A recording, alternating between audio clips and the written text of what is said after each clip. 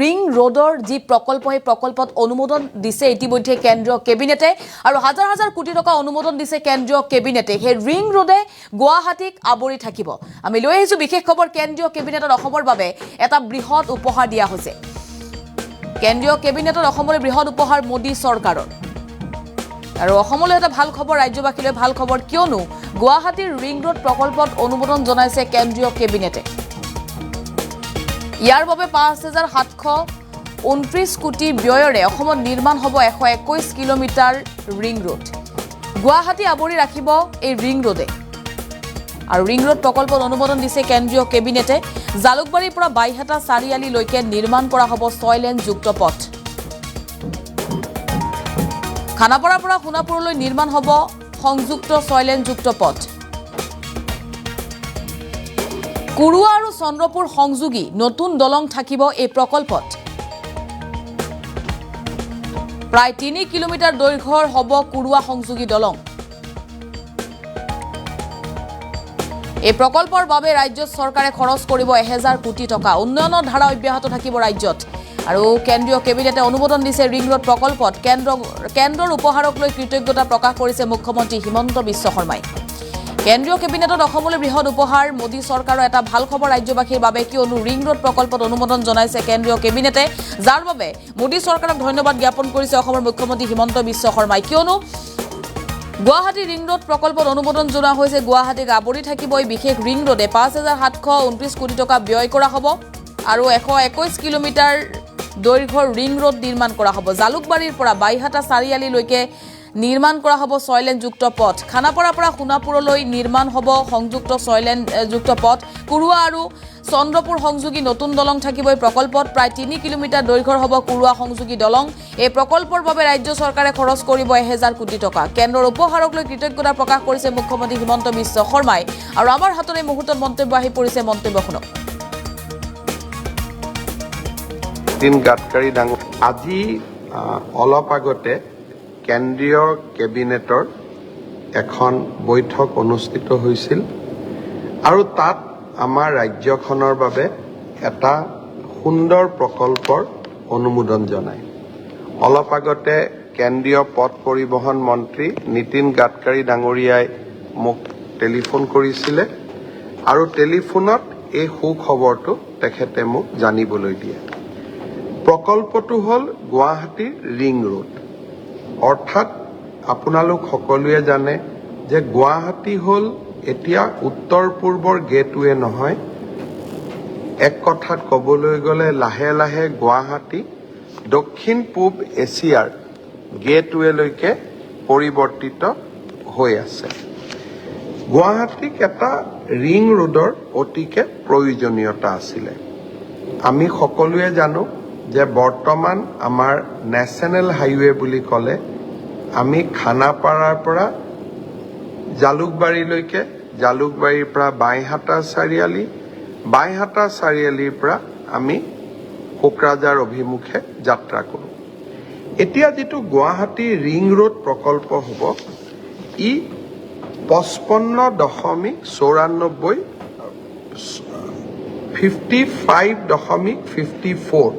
অৰ্থাৎ 55.54 কিলোমিটাৰ হ'ব ই বৰ্তমান যিটো গুৱাহাটী নেশ্যনেল হাইৱে আছে তাৰ পৰা চিধা বাইহাটা চাৰিআলিলৈকে যাব কিন্তু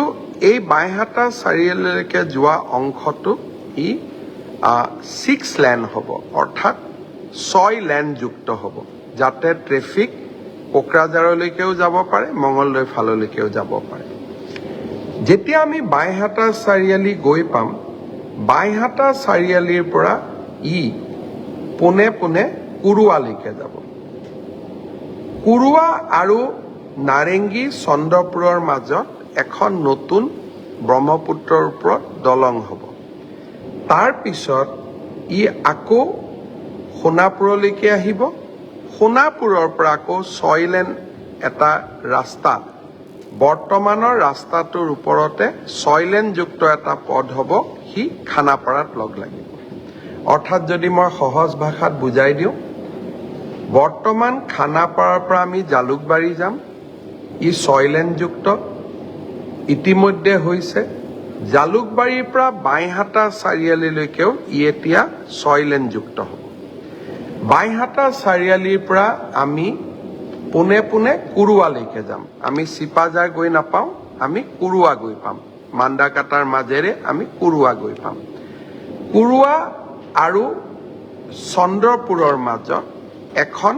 দলং হ'ব। তাক আমি নাৰেংগী কুৰুৱা দলং বুলিও কওঁ। ব্ৰহ্মপুত্ৰৰ ওপৰত এখন দলং হ'ব। আৰু এই দলংখন 3 কিলোমিটাৰৰ দলং হ'ব। আৰু এই গোটেই ৰাস্তাটোত কেইবাটাও জাগাত ফ্লাইঅভাৰ থাকিব, ৰোড অভাৰব্ৰিজ থাকিব। সোণাপুৰত গৈ ৰাস্তাটো ওলাবগৈ। সোণাপুৰৰ পৰা ই খানাপাৰা পৰ্যন্ত আকৌ 6 লেনযুক্ত হ'ব। অৰ্থাৎ গুৱাহাটীৰ পৰা উজনি অসমলৈকে যোৱা যাত্ৰীসকলেও 6 লেনযুক্ত পথেৰে সোণাপুৰলৈকে যাব পাৰিব। মঙলদৈৰ পৰা গুৱাহাটীলৈকে নহাকৈ সোণাপুৰৰ পৰা পোনে পোনে উজনিলৈ যাব পাৰিব, গুৱাহাটীলৈ আহিব পাৰিব। আৰু বাইহাটা চাৰিআলিৰ পৰা কোনোবা মানুহৰ যদি গুৱাহাটীত কাম নাথাকে, বিমানবন্দৰলৈকে যাব খোজে বা মঙলদৈৰ পৰা বিমানবন্দৰলৈকে আহিব খোজে, তেওঁলোকে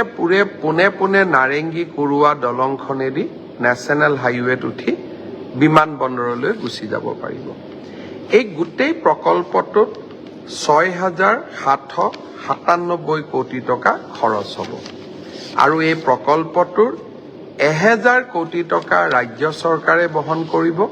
5,729 কোটি টকা কেন্দ্ৰীয় চৰকাৰে বহন কৰিব। অৰ্থাৎ প্ৰধানমন্ত্ৰী নৰেন্দ্ৰ মোদী ডাঙৰীয়াই দায়িত্ব লোৱাৰ পিছতেই 3-4 মাহ হোৱাই নাই, অসমলৈকে 5,729 কোটি টকাৰ বিশাল উপহাৰ। গুৱাহাটীবাসী, অসমবাসী, মঙলদৈবাসী, সোণাপুৰ জাগিৰোডবাসী আৰু সমগ্ৰ ৰাজ্যবাসীক মই অভিনন্দন জনাইছোঁ। চৰাইদেউ মৈদামে বিশ্ব ঐতিহ্য ক্ষেত্ৰৰ স্বীকৃতি পোৱাৰ পিছত আজি দ্বিতীয় এক সৰ্ববৃহৎ প্ৰাপ্তি। আজি অলপ আগতে কেন্দ্ৰীয় কেবিনেটৰ এখন বৈঠক অনুষ্ঠিত হৈছিল আৰু তাত আমাৰ ৰাজ্যখনৰ